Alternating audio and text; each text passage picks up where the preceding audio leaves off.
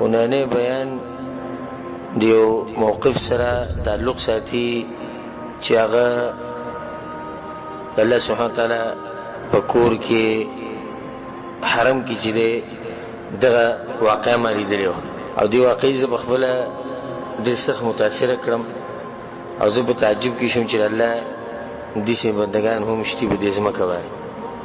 زه کومای چې هغه واقع به ذکر کو دا غني چې کوم عبرت غسته کی کوم فائدہ او مؤمنان دي سي الله سبحانه وتعالى بالقران کې جرباس کینو ان في ذلك لعبرة لأولي الابصار يا اولي الالباب العقل خاوندانو دسترګو خاوندانو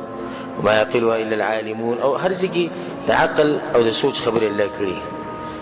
نو مؤمن په ژوند کې چې سم د مخې راځي هغه د لپاره یو عبرت یو درس د مؤمن شان دغه واقعي زه په خپل ډېر سخت متاثر کوم کړ چې ما دا واقع ولیدا هغه په حرم کې زه او د سمات له کوشم کلمه او د سمات کو چاردام مو کو لاندې چې کوم دی په دې دورت میا کې کوم لاندې چې بالکل دی چې دا غن راوتم دی پوډو سره تاسو خیال کړي کله نه کړي راځي کې خلک اتر خرسي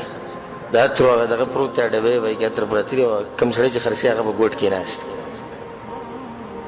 ولا خلک راځي دا اتر لګي ټول خلک راځي لګي زی سو کې اخلي نه بیا ما سوچو کې چې کلی شي شي اسی خو دي الله لپاره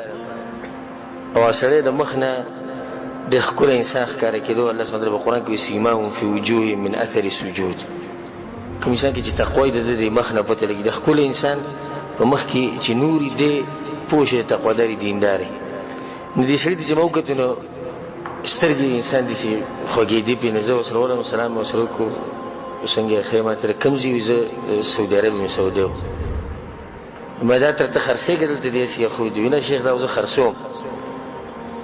نو خو ته خرسي دا خلکو ختم کو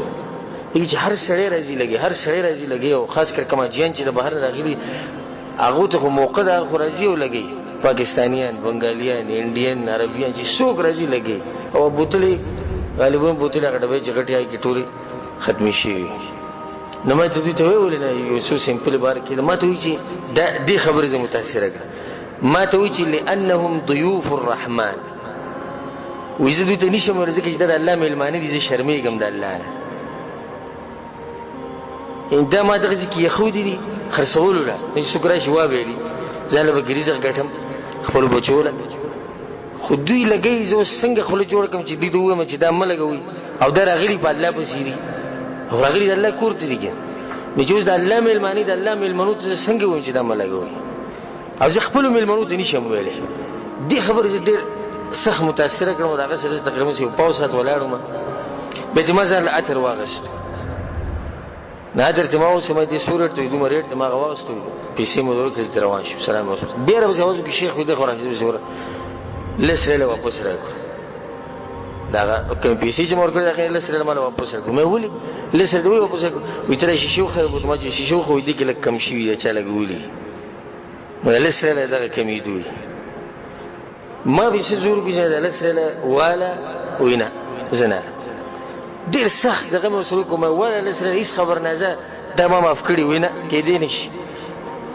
دا دومره چې کم شي او چې استعمال کړي زه تعالی وسنګ دي شی درکم چې هغه استعمال شي د ورېټه د پوره درکم حالانکه معمولی د کم شي دی واقعي چې به ځکه حرم تراره ملتناس نو ټول زما دماغ او سوچ صرف په دغه انسان کې چې دې خلکو په دې ځمکه باندې شتي چې سړی اتر کې وسره سری ځړګټ او به چې هغه اتر پراتی او خلک ټول لګي د غله او داسي بالکل سیر ته غله ناس چې ذکر وکاو سبحان الله استغفر الله سبحان الله استغفر الله زور کېنځو وجود دې نشي مده الله مې معنی دي او زما د غریزه ته بدیږي چې بس سميلو شي د دې واقعینا د عبرت غستکی د الله سبحانه وتعالى تعظیم کول